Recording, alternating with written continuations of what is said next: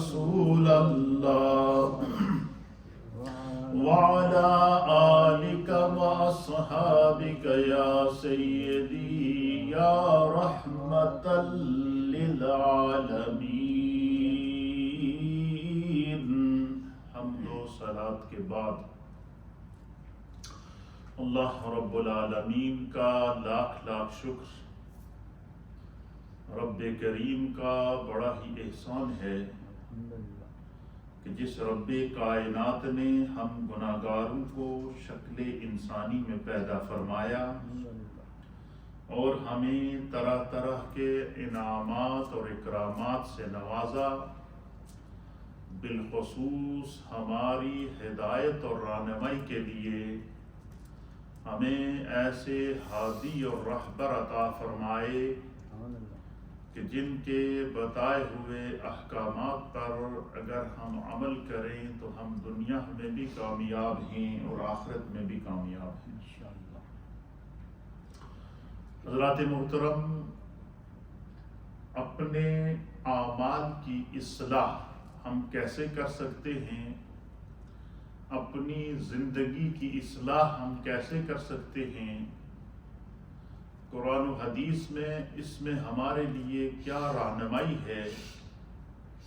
اور حضور نبی اکرم نور مجسم جناب سید العالمین محمد الرسول اللہ صلی اللہ تعالی علیہ وآلہ وسلم کی بارگاہ میں ہمہ وقت موجود رہنے والے صحابہ کرام جو رشد و ہدایت کے ستارے ہیں، جو نجوم ہدایت ہیں، انہوں نے صحبت مصطفیٰ جب اختیار کی، پیارے مصطفیٰ پر ایمان لے کر آئے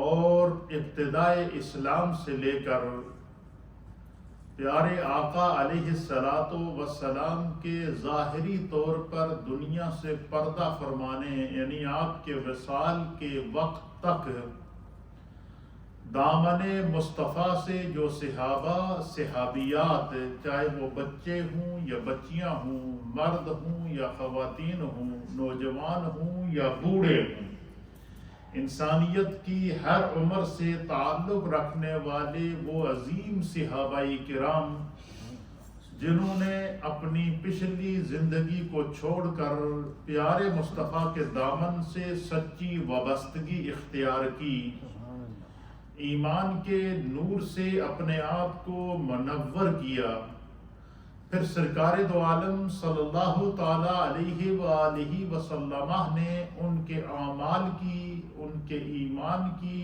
ان کے اخلاق کی، ان کے کردار کی تربیت فرمائی، اور ایسی تربیت فرمائی کہ وہ صحابہ کرام دامن مصطفیٰ اور صحبت مصطفیٰ میں رہتے ہوئے اللہ کے پیارے حبیب لبیب نبی رحمت جناب سید العالمین محمد الرسول اللہ صلی اللہ تعالی علیہ وآلہ وسلم کی صحبت سے جو انہوں نے اپنی زندگیوں کو تبدیل کیا، تو انہوں نے اپنی زندگی کے ہر عمل کے اندر اصلاح کی ہے، اعمال میں اصلاح کی ہے، عبادات میں اصلاح کی ہے، معاملات میں اصلاح کی ہے، اخلاق اور کردار میں اصلاح کی ہے. تو پھر اللہ تعالیٰ نے نبی پاک صلی اللہ تعالی علیہ وآلہ وسلم کے دامن سے وابستہ ان عظیم صحابہ کرام کو کائنات کے لیے رشد و ہدایت کا مینارہ بنا دیا، اور میرے مصطفیٰ کریم نے بھی ان کی عظمت کو ان الفاظ میں خراج تحسین پیش کرتے ہوئے پیش کیا کہ اصحابی کالنجوم، میرے صحابہ ستاروں کی مانند ہیں، بِأَيِّهِمْ اقتدیتم، جس کسی بھی صحابی کی جس نے اقتدا کی، اتباع کی، خدا اس کو ہدایت نصیب فرمائے.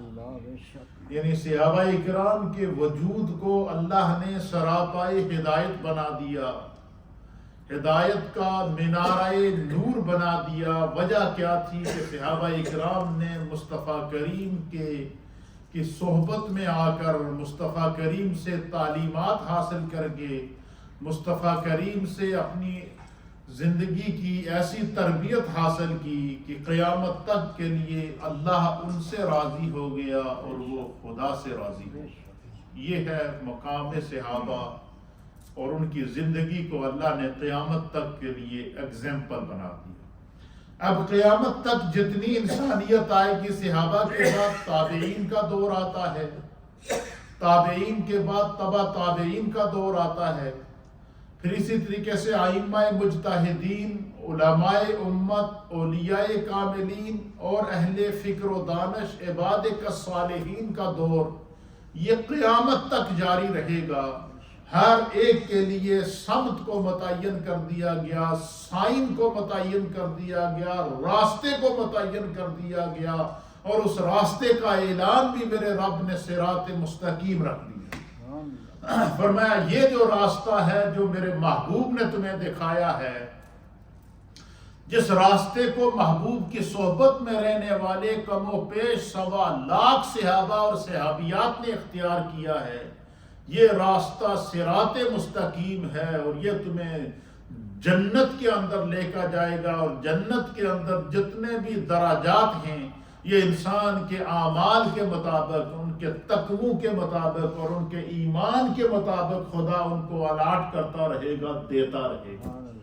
اس لیے دنیا کے اندر، دنیا کی عارضی زندگی میں جس نے جتنی دین کے مطابق اپنی زندگی گزاری، جتنی شریعت کے مطابق اپنی زندگی گزاری، جتنی سنت رسول اور سیرت مصطفیٰ کے مطابق اپنی زندگی گزاری، قیامت میں اللہ رب العالمین اس کی عزتوں میں اتنا ہی اضافہ فرمائے گا، اس کا مرتبہ، اس کا مقام اتنا ہی بلند ہوگا، کیونکہ اللہ تعالیٰ نے، یا ہم دنیا کے اندر تو ہم نے کیٹیگریز مقرر کی ہوتی ہے نا، یہ فلانا امیر ہے تو یہ پوش علاقے میں رہتا ہے، یہ ڈیفنس میں رہتا ہے، یہ سوسائٹی کے اندر رہتا ہے، یہ فلاں ایریے کے اندر رہتا ہے، یہ کیپٹلز کے اندر رہتا ہے، کیونکہ اس کا کاروبار بڑا ہے، اس کے پاس مال و دولت بڑا ہے، اور وہ بندے اپنی دنیاوی دولت کے حساب سے اپنی کیا کرتے ہیں، رہائش کا، اپنی گھر کا، اپنی سواری کا اور اپنی جو ہے وہ رہن سہن کا اہتمام کرتے ہیں تاکہ دنیا کے اندر ایک فرق نظر آئے۔ لیکن اللہ تعالیٰ نے جو ہے وہ قیامت کے لیے اور جنت کے لیے جو ہے وہ مال و دولت کو معیار نہیں بنایا، بلکہ انسان کے ایمان اور اس کے تقوی اور اس کے اعلیٰ اخلاق اور کردار اور اس کی نیکی اور شریعت کے مطابق گزاری جانے والی زندگی کو معیار بنایا، اور اللہ نے بھی اسی کو معیار بنایا۔ جیسے کہ قرآن حکیم فرقان مجید میں میرا رب فرماتا ہے کہ ان اکرمکم عند اللہ اتقاکم، فرمایا کہ اللہ کے نزدیک عزت، سب سے زیادہ عزت والا وہ شخص ہے۔ کیا فرمایا؟ اللہ کے نزدیک سب سے زیادہ عزت والا شخص وہ ہے، ان اکرمکم عند اللہ اتقاکم، اللہ کے نزدیک سب سے زیادہ عزت والا، احترام والا، مقام والا، مرتبے والا، منصب والا وہ ہے جو تقوی میں سب سے زیادہ عالی ہوگا۔ اب اس میں ہم میں سے ہر ایک کی اپنی ہمت ہے کہ کیا ہماری زندگی میں نمازوں کی پابندی موجود ہے؟ کیا ہماری زندگی میں فرائض پورے ہیں؟ کیا ہماری زندگی میں واجبات پورے ہیں؟ کیا ہماری زندگی میں سنن پوری ہیں؟ کیا ہماری زندگی کے اندر جو ہے وہ سیرت مصطفیٰ اور سنت مصطفیٰ کے مطابق زندگی کا نور موجود ہے؟ فرمایا جو جتنا دین کا پابند ہوگا اتنا اس کا آخرت میں مقام بھی زیادہ ہوگا، اور ایک حدیث کے مطابق حضور نے فرمایا جتنا زیادہ دیندار ہوگا دنیا میں جتنی زیادہ آزمائشاں تو اس کو گزرنا پڑے گا۔ یہ معیار مقرر کر دی، کیوں کہ الا ان اولیاء اللہ لا خوف علیہم ولا هم یحزنون، کہ جو اولیاء اللہ ہوتے ہیں انہیں دنیا میں کوئی خوف نہیں ہوتا، نہ وہ آخرت میں غمگین ہوں گے۔ کیوں خوف کیوں نہیں ہوگا؟ خوف اس واسطے نہیں ہوگا کہ ان کی زندگی میں نمازیں موجود ہیں، فرائض موجود ہیں۔ خوف اس لیے نہیں ہوگا کہ ان کی زندگی میں حقوق کی ادائیگی، ان کا نور موجود ہے۔ خوف اس لیے نہیں ہوگا کہ ان کی زندگی میں تلاوت قرآن کا نور موجود ہے، خوف اس لیے نہیں ہوگا کہ ان کی زندگی کے اندر اعمال صالحہ کا نور موجود اور دولت موجود ہے۔ تو فرمایا دنیا میں جتنا بندہ نیک ہوگا، جتنا صالح ہوگا، جتنا تقوی شعار ہوگا، جتنی جو ہے وہ سیرت اور سنت کے مطابق اس کی زندگی گزرے گی، فرمایا وہ بندہ قیامت میں سب سے زیادہ امیر ہے۔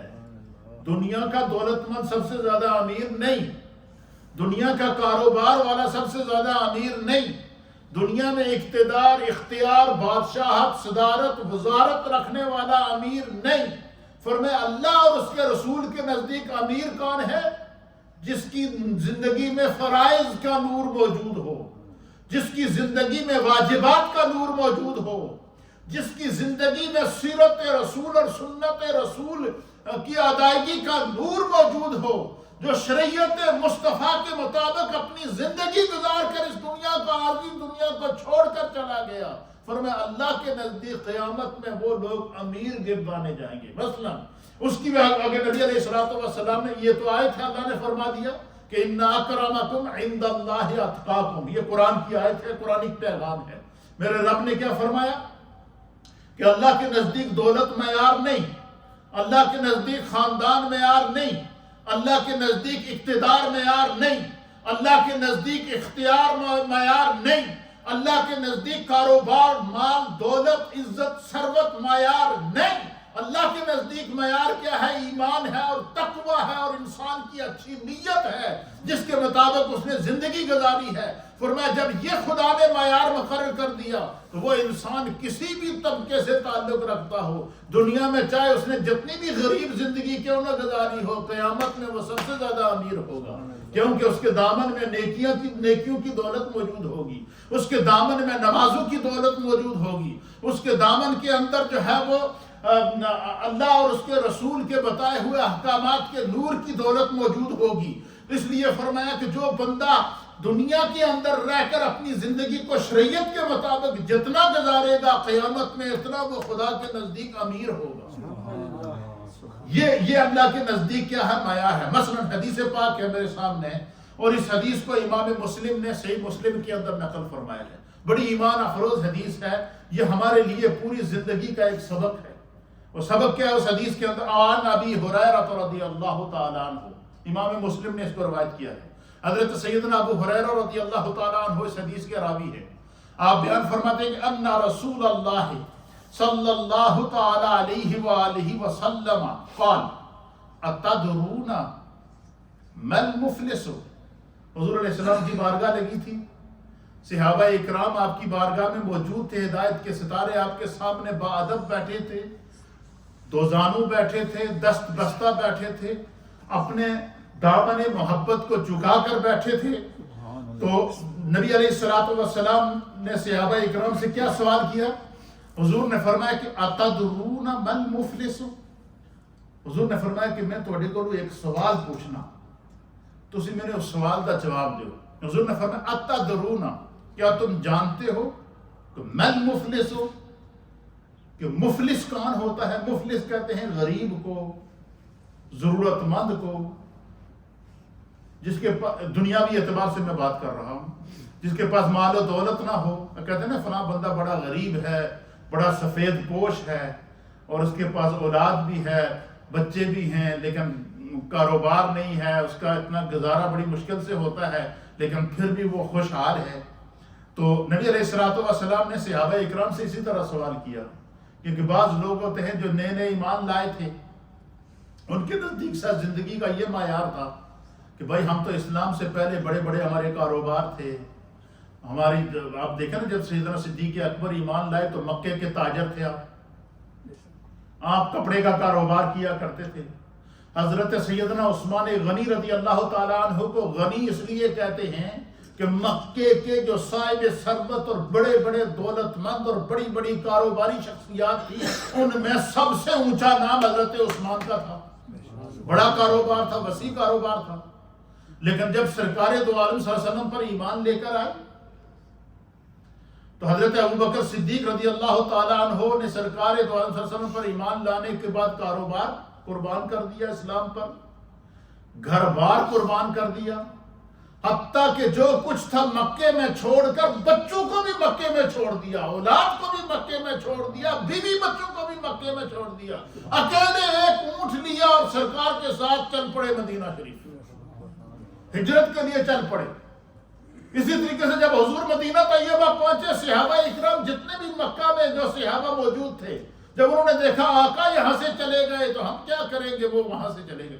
اسی طریقے سے حضرت عثمان غنی جب ایمان لے کر آئے نا، آپ تو حضور علیہ السلام کے داماد بھی تھے، تو آپ جو ہے وہ نبی علیہ السلام کی ہجرت سے پہلے حضرت عثمان غنی کو ہجرت کرنی پڑی۔ وہ کہاں چلے گئے؟ آپ ہجرت کر کے حبشہ چلے گئے۔ حبشہ چلے گئے، جب حبشہ میں پہنچے تو حضرت عثمان غنی کو اطلاع ملی کہ حضور علیہ السلام تو مکہ سے مدینہ ہجرت کر کے چلے گئے، آپ حبشہ سے واپس مکہ آئے، مکہ سے پھر واپس مدینہ چلے گئے، 2 ہجرتیں کی۔ لیکن اس چیز کی ان کو پرواہ نہیں کہ کاروبار کدھر گیا، دولت کدھر گئی، مال کدھر گیا۔ کیا؟ اس لیے کہ انہوں نے اسلام کے لیے، دین کے لیے اور قیامت کے لیے سرکار دو عالم صلی اللہ علیہ وسلم کے دامن کو وابستہ سے اپنے آپ کو وابستہ کر لیا تھا۔ تو نبی علیہ السلام اچھا جو تازہ صحابہ اسلام اکرام ایمان لائے نا، ان کے کاروبار تھے، لیکن جب اسلام لائے اگر دیکھا تو سرکار دو عالم صلی اللہ علیہ وسلم کے ساتھ تو قریش مکہ، کفار مکہ کی دشمنیوں کی وجہ سے جو ہے وہ انہوں نے تو کہیں نہ کہیں سماجی بائیکاٹ کیا ہوا ہے۔ شعبے ابو طالب کے اندر آپ کو مقید کر دیا گیا، دار ارقم کے اندر آپ اس وقت تک خفیہ طور پر بند رہے جب 40 میں مسلمان حضرت فاروق اعظم ایمان لے کر آئے، پھر اس کے بعد اعلانیہ تبلیغ کا اعلان کیا گیا۔ تو اس طرح کی مشکلات صحابہ اکرام نے کیا کی ہے؟ برداشت کی ہیں۔ لیکن ایک بندہ جو نئے ماحول سے آئے، اس کا کاروبار بھی ہو، دولت بھی ہو، تجارت بھی ہو، ثروت بھی ہو، سب کچھ ہو، اور جب اچانک جب وہ ایمان لے کر آئے تو پتہ چلا اب دولت بھی گئی، کاروبار بھی گیا، تو ممکن ہے کسی کی سوچ میں آ سکتا تھا کہ بھائی میں تو اسلام سے پہلے بڑا خوشحال تھا، اسلام لانے کے بعد تو مجھے مشکلات کا سامنا کرنا پڑا۔ تو نبی علیہ السلام کی مجلس لگی تھی، صحابہ اکرام بیٹھے تھے، میرے مصطفیٰ کریم نے صحابہ کو مخاطب کر کے فرمایا اتدرون مل مفلس، اج تساں وچوں میں نے کوئی دسے کہ جڑا مفلس ہوندا ہے کون ہوندا ہے؟ تو صحابہ اکرام نے بالکل اسی طرح دنیاوی اعتبار سے جواب دیا۔ کیا جواب دیا؟ قالوا، یہ جمع کا صیغہ ہے۔ اس بارگاہ مصطفیٰ کے اندر، اس مجلس مصطفیٰ کے اندر، اس اجتماع مصطفیٰ کے اندر جو صحابہ اکرام کی صورت میں موجود تھا، قالوا، تو تمام صحابہ بیک آواز بول اٹھے۔ کیا بول اٹھے؟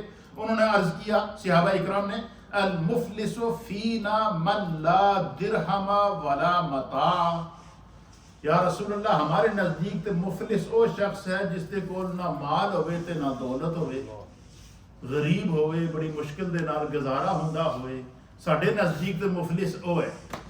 حضور نے صحابہ سے پوچھا کہ میں اتدرون، کیا تم میں سے کوئی مجھے یہ بتا سکتا ہے کہ من مفلس ہو، کہ تمہارے نزدیک مفلس کس کو کہتے ہیں، غریب کس کو کہتے ہیں، ضرورت مند کس کو کہتے ہیں؟ یہ مفلس کا معنی غریب ہے، ضرورت مند ہے، تو یہ کس کو کہتے ہیں؟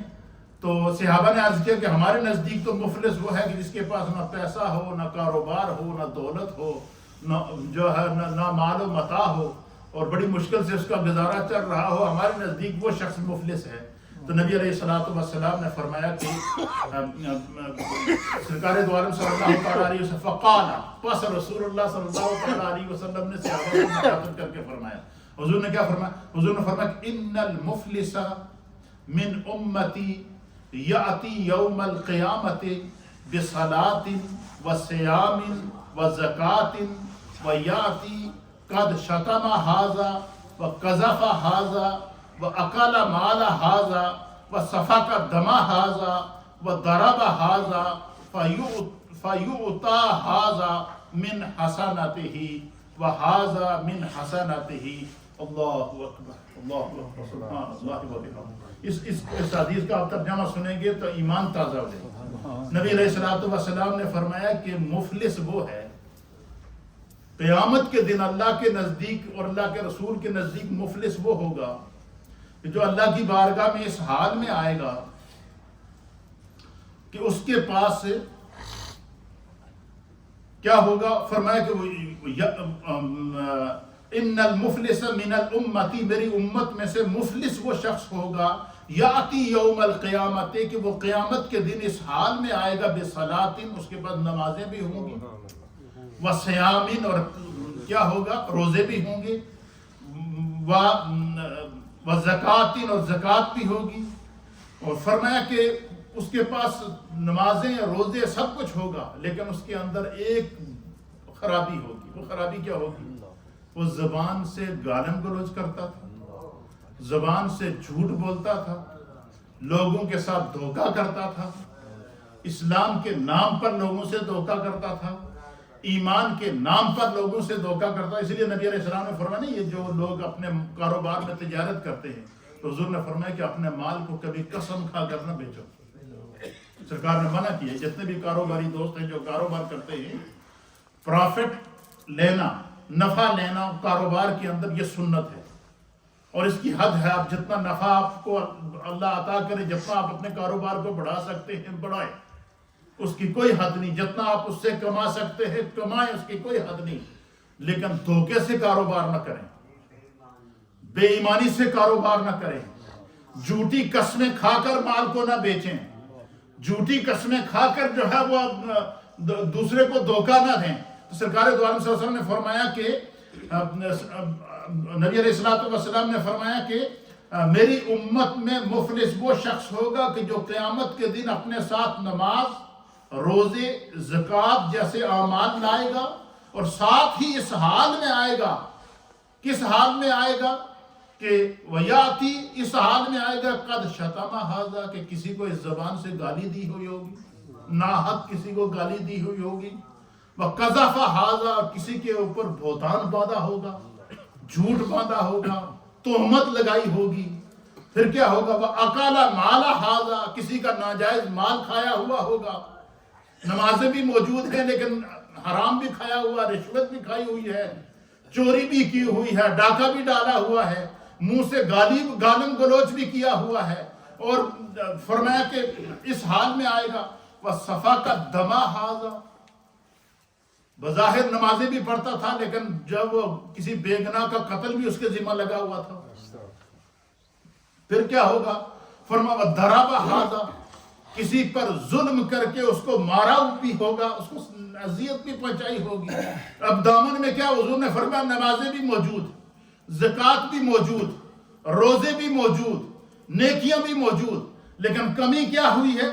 فرمایا اس زبان سے گالی بھی دی ہے، اس ہاتھ سے چوری بھی کی ہے، اس قدم سے چل کر کسی کی زمین پر قبضہ بھی کیا ہے، اسی جسم کے ساتھ کسی کو اذیت بھی پہنچائی ہے، تکلیف بھی پہنچائی ہے۔ فرمایا یہ سارے عیوب اس کے اندر موجود تھے لیکن نمازیں بھی پڑھتا تھا۔ اب فرمایا کہ حدیث کے مطابق حضور نے فرمایا کہ مومن کے دل کے اندر کفر اور اسلام جمع ہی نہیں ہو سکتے، مومن کے دل کے اندر جھوٹ اور سچ جمع نہیں ہو سکتے، یا تو وہ جھوٹا ہوگا یا سچا ہوگا۔ یہ شریعت کا فیصلہ ہے، یہ معیار ہے اسلام کا۔ اس لیے میرے دوستو، جب بھی ہم مسلمان ہیں تو جو ہر وہ چیز جس کا تعلق ہمارے ایمان کے ساتھ ہے، ہمارے اعمال کے ساتھ ہے، ہمارے اخلاق کے ساتھ ہے اور ہمارے کردار کے ساتھ ہے، اس کے اندر شریعت محمدی، سیرت مصطفیٰ کا نور نظر آنا چاہیے کہیں۔ اور پھر اس کا نقصان کیا ہوتا ہے؟ مثلا بندہ نمازیں بھی پڑھ رہا ہے اور دھوکہ دے رہا ہے، نمازیں بھی پڑھ رہا ہے، جھوٹی قسمیں کھا رہا ہے، نمازیں بھی پڑھ رہا ہے اور کاروبار کے اندر جو ہے وہ دھوکہ دہی بھی کر رہا ہے۔ مثلا آپ نے دیکھا ہوگا نا، جس وقت خاص طور پر ان دنوں کے اندر کاروباری لوگوں کا امتحان ہوتا ہے، یہ جتنے بھی لوگ کاروبار کرتے ہیں، میں ان سے مخاطب ہوں کہ جن دنوں میں حکومت بجٹ پیش کرتی ہے، اچھا بجٹ پیش کرتی ہے، ان کو پتا ہوتا ہے کہ یا تو پیٹرول مہنگا ہو جائے گا، فلاں تاریخ کو پیٹرول مہنگا ہو جائے گا، وہ 2 3 4 دن پہلے لا کر جو ہے وہ مال کو کیا کر دیں گے؟ سٹاک کر دیں گے، اور مال ہونے کے باوجود بیچیں گے نہیں، کہیں ختم ہو گیا ہے۔ اب دوسرے دن پتہ چلا جی کہ ہمارا یہ جو پیٹرول ہے اس میں 5-10 جو ہے وہ روپے کا یا پاؤنڈ کا اضافہ ہو گیا۔ اب دوسرے دن دروازے کھول دیے، جی پیٹرول اویلیبل ہے، جی آ کے لے جاؤ۔ فرمایا یہ دھوکہ ہے۔ کیا فرمایا؟ یہ دھوکہ ہے۔ پھر اس طریقے سے بعض لوگ ہوتے ہیں، مال لے کر کسی اور قیمت میں آتے ہیں، جب بیچتے وقت کہتے ہیں جی خدا دی قسم مال میں اتنے دا لیا سی، وہ تنوں اتنے دا دے رہے ہیں۔ یہ عادت ہوتی ہے کاروباری لوگوں کی، جو آڑتی لوگ ہوتے ہیں، بالخصوص جو جانوروں کے بیوپاری ہوتے ہیں، وہ جدو منجا نو بیچتے، سارے زمیندار لوگ ہیں نا، جدو منجا گاواں نو بیچتے ہیں نا، وہ اگر 1 لاکھ کی لائی ہوگی تو 10 قسمیں کھا کر اس کو کہے گا میں نے تو 3 لاکھ کی لے کر آیا ہوں۔ اس چیز سے نبی علیہ السلام نے کیا کیا؟ فرمایا اس سے کاروبار میں بھی بے برکتی پیدا ہوگی، اعمال میں بھی بے برکتی پیدا ہوگی، دولت کے اندر بھی بے برکتی پیدا ہوگی، اور انسان کو اس کا کیا ہوگا؟ نقصان ہوگا۔ تو نبی علیہ السلام نے فرمایا کہ میری امت میں مفلس کون ہے؟ جو قیامت کے دن نماز، روزے، زکوٰۃ جیسے اعمال لائے گا، اور ساتھ ہی اس حال میں آئے گا کہ کسی کو گالی دی ہوگی، کسی پر بہتان لگایا ہوگا، کسی کا مال کھایا ہوگا، کسی کا خون بہایا ہوگا، کسی کو اس نے مارا ہوگا، پھر کیا ہوگا؟ پھر اللہ فرمائے گا کہ اس کی نیکیاں اٹھاؤ، جس کو گالی دی ہے اس کو دو، اس کی نیکیاں اٹھاؤ، جس کا اس نے ناحق قتل کیا ہے اس کے کھاتے میں ڈالو، اس کی زکوٰۃ کی نیکی اٹھاؤ، اور جس کا مال اس نے ناحق کھایا ہوا ہے اس کے کھاتے میں اس کو ڈالو۔ فرمایا کہ پھر ایک وقت ایسا آئے گا کہ وہ اپنی زبان کی خاطر اور اپنے برے اعمال کی خاطر، جھوٹ اور فراڈ اور دھوکہ دہی کی خاطر، فرمایا قیامت کے دن جتنی نیکیاں ہوں گی، چاہے پوری زندگی کی نمازوں کی نیکیاں ہیں، اگر کسی کا حق مارا ہے تو وہ نیکیاں اس کو دی جائیں گی۔ فرمایا ایک وقت ایسا آئے گا کہ اس کے دامن کے اندر نماز کی نیکیاں بھی ختم ہو جائیں گی، کیونکہ گناہ اتنے زیادہ ہیں۔ ایک وقت ایسا آئے گا کہ اس کے دامن کے اندر زکوٰۃ کی نیکی بھی ختم ہوگی، کیونکہ گناہ اس سے بڑے ہو گئے ہیں۔ ایک وقت ایسا آئے گا کہ اس کے اندر جو ہے وہ تلاوت قرآن کی نیکیاں بھی ختم ہو جائیں گی، کیونکہ اس زبان سے اس نے گالن گلوچ بہت زیادہ کیا ہوا ہوگا، جھوٹ بہت زیادہ بولا ہوا ہوگا، حسد اور بغض کی زندگی اس نے گزاری ہوگی۔ فرمایا کہ وہ پھر کیا ہوگا؟ اس کی نیکیاں جن کے ساتھ اس نے زیادتی کی ہوئی ہے ان کو دے دی جائیں گی، اور وہ بالکل بے بس ہو کر بیٹھ جائے گا۔ حضور فرماتے ہیں میرے نزدیک تو سب تو زیادہ غریب اور مفلس تھے وہ ہے کہ نیکیاں کما کے بھی اس دے کام نہ آئیں۔ یہ جو کہتے ہیں نا کہ وہ ہمارے ہاں ایک مثال مشہور ہے کہ نیکی کر دریا میں ڈال، نیکی کر کے بھول جاؤ۔ اچھا، بعض دفعہ ایسا ہوتا ہے کہ انسان کسی سے نیکی تو کرتا ہے لیکن ساری زندگی اس کو تانے دیتا رہتا ہے، میں تو تواڈے نال اے کیوں کیتا سی، میں تو تواڈے نال اے نیکی کیتی سی۔ حضور نے فرمایا جب نیکی کرو یا کوئی بھی نیک عمل کرو، حضور نے فرمایا اس کو خدا کی رضا کے لیے کرو، اس کا کسی کو تانا نہ دو۔ فرمایا یہ حضور نے فرمایا کہ اس حال میں جب میری امت کو لایا جائے گا پھر کیا ہوگا؟ فرمایا کہ اگر اس کی نیکیوں کا فیصلہ ہوگا، اور کے فیصلہ ہونے کے بعد پتہ چلا کہ اس کی نیکیاں پہلے کی نیکیاں ختم ہو چکی ہیں، مظلوموں اور جن لوگوں کے ساتھ اس نے ظلم کیا ہے وہ نیکیاں ان میں تقسیم کر دی گئی ہیں، اور وہ تہی دامن ہو کر قیامت کے دن بے حاصرہ ہو کر بیٹھا ہوا ہے۔ حضور نے فرمایا اس چیز سے اپنے آپ کو کیا کرو؟ بچا کے رکھو۔ پھر اسی طریقے سے جب بھی میرے نبی علیہ السلام کی مجلس لگتی نا تو صحابہ اکرام رضوان اللہ تعالی علیہم اجمعین کو سرکار دو عالم صلی اللہ علیہ وسلم پھر نیکیوں کی حفاظت کا طریقہ بھی بتاتے کہ اپنی نیکیوں کو ہم کیسے بچا سکتے ہیں، اپنی نمازوں کو ہم کیسے بچا سکتے ہیں، اپنی زکوٰۃ اور صدقات کو ہم کیسے بچا سکتے ہیں تاکہ قیامت میں وہ ہماری بخشش کا ذریعہ بنے۔ سرکار دو عالم صلی اللہ تعالیٰ علیہ حضرت ابو سعید خدری رضی اللہ تعالیٰ عنہ بیان کرتے ہیں کہ قال جاء رجل الى رسول اللہ صلی اللہ تعالیٰ علیہ وآلہ وسلم، کہتے ہیں نبی پاک کی مجلس لگی تھی تو نبی علیہ السلام کی بارگاہ میں ایک شخص آیا، اور اس شخص نے آ کر کہا فقال یا رسول اللہ، اے اللہ کے پیارے حبیب لبیب نبی رحمت، میرے ماں باپ آپ پر قربان ہو جائیں، آسینی مجھے کوئی وصیت کیجیے۔ کیا کیجیے؟ مجھے کوئی ایسی وصیت کریں کہ جس کو میں اس وصیت پر عمل کروں تو میری نیکیاں بچ جائیں، نمازیں بھی بچ جائیں، روزے بھی بچ جائیں، زکوٰۃ بھی بچ جائے، اچھائیاں بھی بچ جائیں، اور میں اپنے دامن کے اندر ان نیکیوں کو لے کر جو ہے وہ ان کی حفاظت کر سکوں۔ تو قال، پس نبی علیہ السلام نے فرمایا علیک بتقوی اللہ، حضور نے فرمایا تمہاری نیکیوں کو بچانے کا سب سے بہترین جو طریقہ ہے وہ کیا ہے؟ اللہ کے لیے تقوی اختیار کرو۔ اچھا، تقوی کیا ہے؟ تقوی ہے کہ گناہ کی وادی سے دور رہنا، گناہ کے ارادے سے دور رہنا، گناہ کی سوچ سے دور رہنا، گناہ کی فکر سے اپنے آپ کو بچا کے رکھنا اور نیکی کی وادی کے اندر بسیرا کر لینا، یہ تقوی ہے۔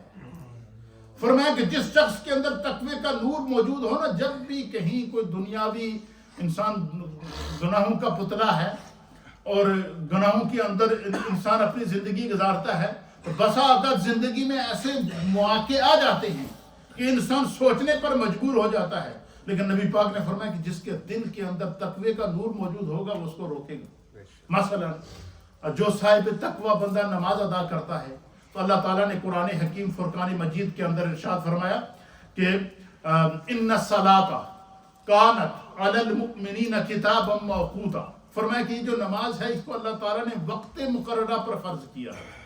بے وقت نماز ادا کرے گا جو بندہ نماز نہیں ہوگی، ہر نماز کے لیے اس کا وقت مقرر کر دیا گیا۔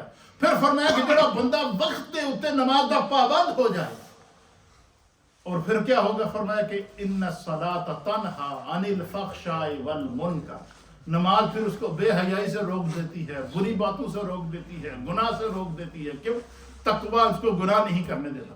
نبی علیہ الصلوۃ والسلام نے اس حدیث میں کیا فرمایا؟ علیک بتقوی اللہ، تو فرمایا کہ تقوی کو اللہ کے لیے تقوی اختیار کرو، فإنها جماع کل خیر، حضور نے فرمایا تقوی ہر نیکی کا جامع ہے۔ فرمایا یہ جو جس دل کے اندر تقوی موجود ہو ہر خیر اس کو مل گئی، اس کی نمازیں بھی محفوظ، اس کی زکوٰۃ بھی محفوظ، اس کا روزہ بھی محفوظ، اس کا ایمان بھی محفوظ، وہ گناہ کے راستے سے دور رہے گا۔ کیوں؟ جس دل کے اندر ایمان اور تقوی اور نور موجود ہے، فرمایا وہ دل جو ہے وہ کبھی جو ہے وہ کسی کو جو ہے وہ پریشان نہیں ہونے دیتا، گناہ کی طرف نہیں جانے دیتا۔ پھر اسی طریقے سے نبی علیہ الصلوۃ والسلام نے فرمایا کہ ہر چیز کی کیا ہے، اللہ تعالیٰ نے تقوی کے اندر ہر خیر کی جو ہے وہ بھلائی کی جو ہے وہ جڑ رکھی ہے۔ فرمایا وعلیک بالجہاد فی سبیل اللہ، جب اللہ کے دین کے لیے جہاد کی ضرورت پڑے تو اپنی جان کی، اپنی اولاد کی، اپنی مال کی پرواہ نہ کرنا، پھر خدا کے دین کو بچانا تم پر فرض ہے۔ فرمایا یہ تمہارے لیے رہبانیت سے بہتر ہے۔ فرمایا کہ وعلیک بذکر اللہ وتلاوتہ وکتابہ فإنہ نور لک فی الارض، حضور نے فرمایا کہ تمہارے لیے ضروری ہے کہ تم اپنی زبان کو اللہ کے ذکر سے تر رکھو۔ فرمایا چلتے پھرتے اٹھتے بیٹھتے اپنی زبان سے اللہ کی تسبیح پڑھتے رہو، خدا کا ذکر کرتے رہو۔ فرمایا جو بندہ اللہ کا ذکر کرتا ہے زبان سے، وہ تلاوت کتاب ہی اور قرآن پاک کی تلاوت کرتا ہے، پھر کیا ہوتا ہے؟ فرمایا کہ یہ اللہ کا زبان سے اللہ کا ذکر کرنا اور زبان سے قرآن کی تلاوت کرنا، فَإِنَّهُ نُورٌ لَكَ فِي الْأَرْضِ، زمین کے اوپر یہ تمہارے لیے نور ہے۔ تو زبان کو اللہ کے ذکر سے تر رکھنا اور تلاوت قرآن میں اور تسبیحات کے اندر اور ذکر اللہ کے اندر اپنی زندگی کے شب و روز گزارنا، فرمایا جس شخص کو یہ دولت نصیب ہو جائے، میرے مصطفیٰ فرماتے ہیں خدا اسے زمین کا نور عطا فرماتا ہے، پھر اس کے سامنے سے حجابات ہٹ جاتے ہیں، پھر گناہ کی وادی سے بچ جاتا ہے اور نیکی کی وادی کے اندر اس کا بسیرا رہتا ہے۔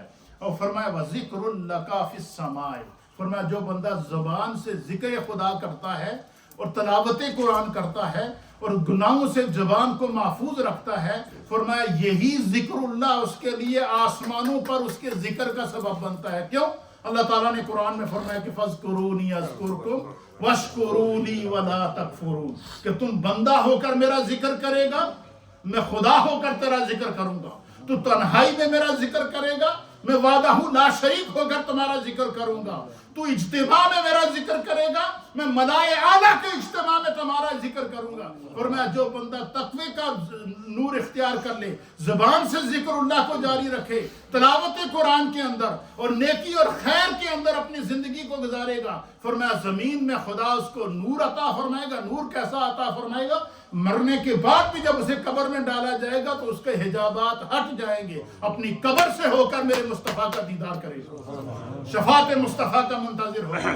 فرشتے اس کو دیکھ کر کہیں گے نم، سو جا کا نعمت العروس، اس طرح جیسے دلہن سوتی ہے اس طرح سو جا، کیونکہ تیری زندگی میں نمازیں بھی موجود، تیری زندگی میں اخلاق بھی موجود، تیری زندگی میں تلاوت قرآن بھی موجود، تیری زندگی کے اندر سیرت رسول اور سنت مصطفیٰ کا نور بھی موجود ہے۔ میرے مصطفیٰ نے فرمایا جو بندہ اس طرح اپنی زندگی گزارتا ہے وہ دنیا میں بھی امیر ہے، آخرت میں بھی امیر ہے۔ لیکن اگر نمازیں، روزہ، زکوٰۃ سب کچھ ہونے کے باوجود رشوت بھی ہے، حرام خوری بھی ہے اور ناجائز قبضے بھی ہیں، لوگوں پر ظلم بھی ہے، فرمایا اسی کی نیکیاں لے کر ان کو دی جائیں گی جن کے ساتھ اس نے زیادتی کی ہوگی، اور حضور نے فرمایا وہ شخص پھر قیامت میں سب سے زیادہ مفلس ہوگا، سب سے زیادہ غریب ہوگا، سب سے زیادہ ضرورت مند ہوگا۔ اللہ تعالی ہمیں اپنے اعمال اور کی حفاظت کی توفیق عطا فرمائے۔ یہی وجہ ہے کہ نبی علیہ الصلوۃ والسلام کی جب بھی مجلس لگی تھی حضور علیہ الصلوۃ والسلام صحابہ اکرام کو ان کے اعمال کی حفاظت، نیکیوں کی حفاظت کی تاکید کرتے تھے تاکہ ہمیشہ کے لیے ان کی زندگی محفوظ رہے۔ اللہ ہمیں دین سمجھنے کی توفیق عطا فرمائے۔ اللہ اکبر اللہ